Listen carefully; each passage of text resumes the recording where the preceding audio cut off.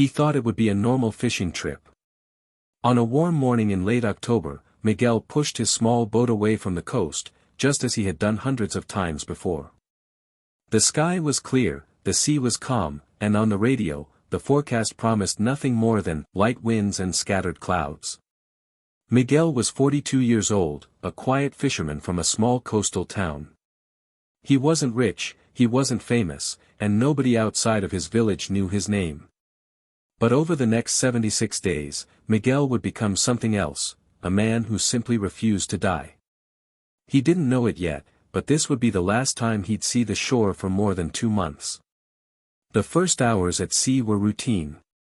Miguel checked his lines, sorted his bait, and adjusted the small engine when it coughed in protest.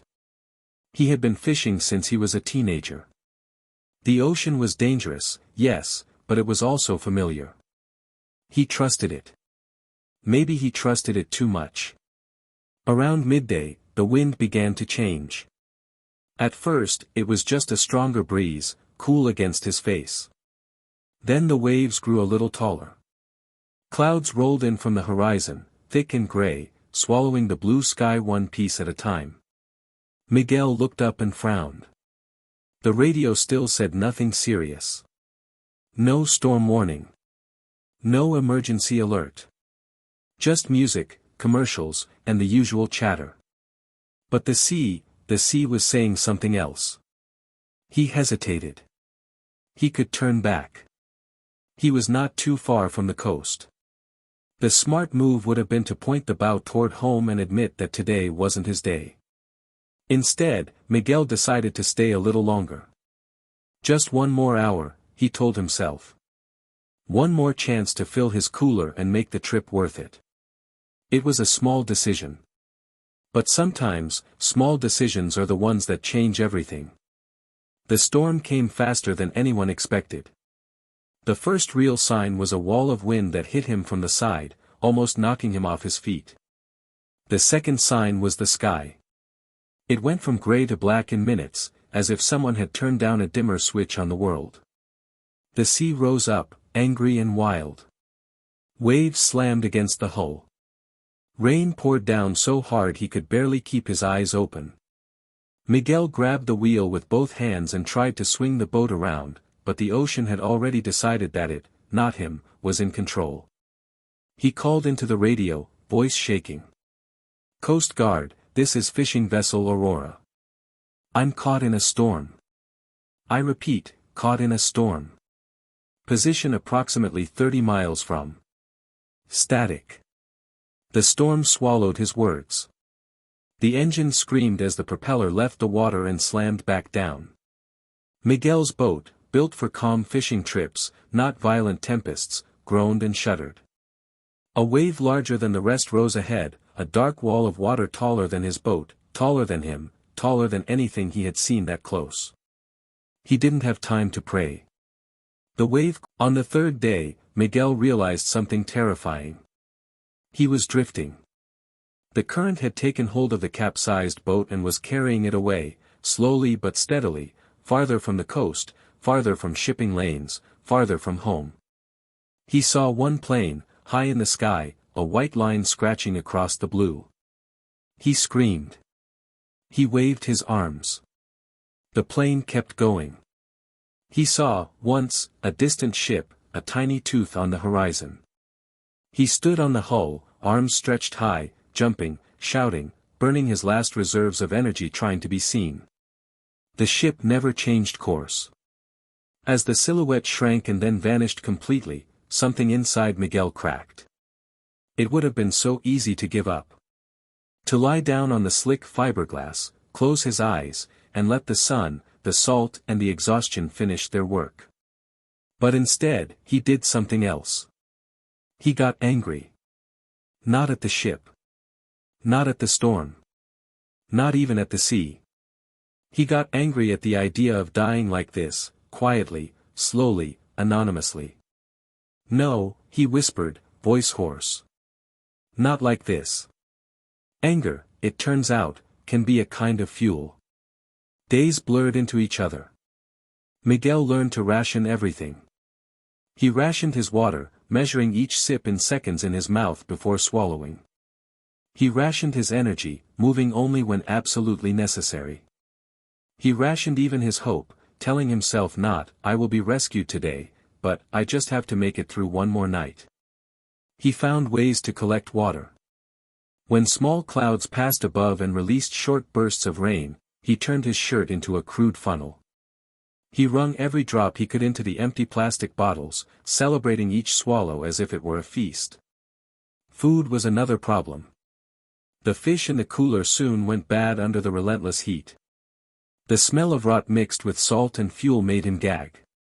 But the ocean, cruel as it was, also offered life. Small fish gathered around the hull, attracted by whatever floated beneath the surface. With a makeshift hook made from twisted metal and a piece of line that had remained attached to the boat, Miguel started to catch them. He ate them raw. The first time he bit into the cold, slippery flesh, he nearly vomited. But hunger is a powerful teacher. By the end of the second week, he could slice a fish open with a broken piece of plastic and swallow it with barely a pause. He was not living. He was surviving. There's a difference. As the days passed, his body changed.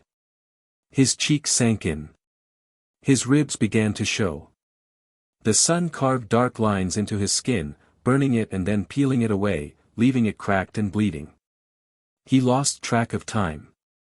Was today day 15? Day 20? Day 30?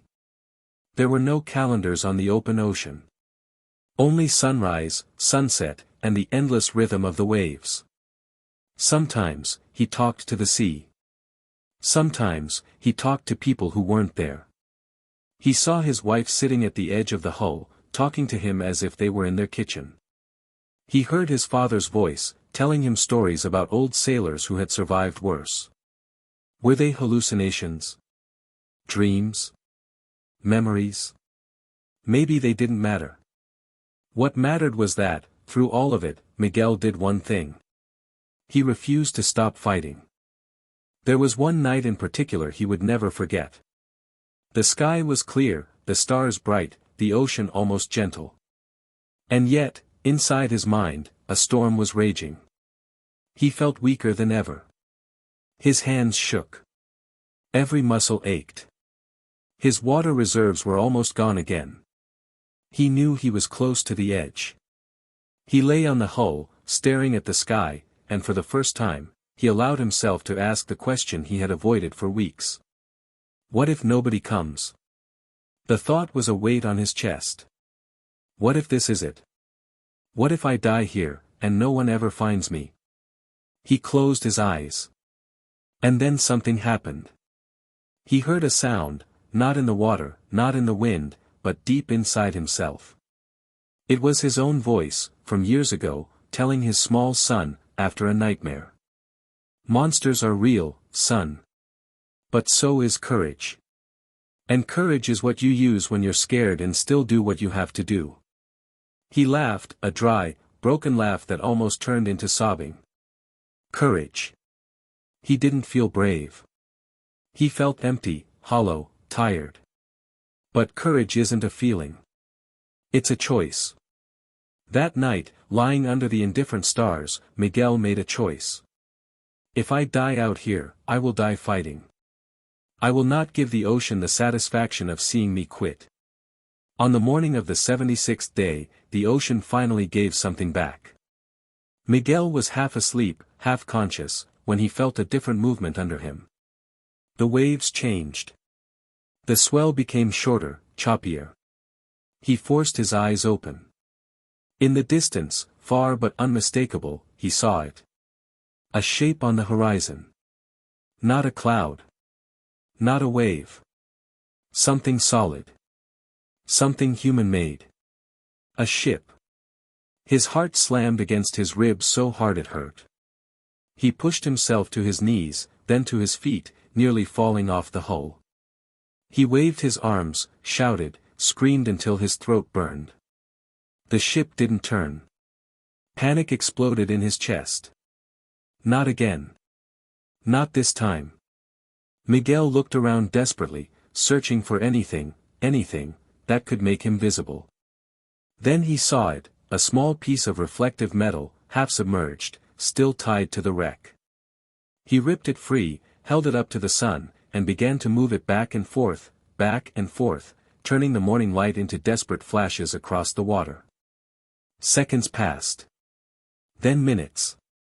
The ship continued, and then, slowly, almost unwillingly, began to change direction. It was turning toward him. When the rescue crew finally pulled Miguel from the water, they could hardly believe he was alive.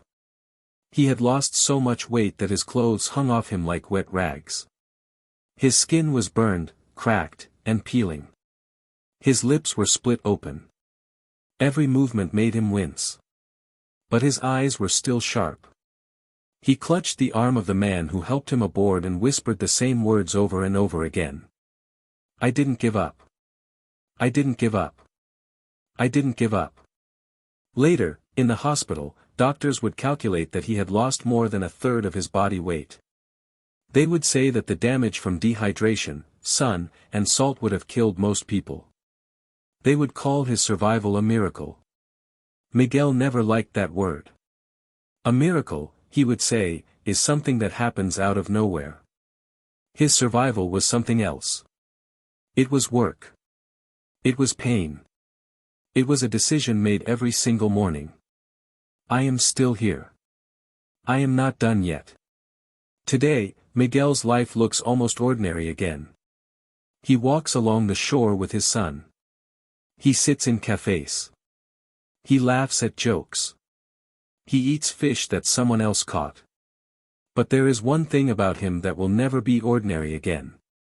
He knows, in a way most of us never will, how thin the line is between life and death.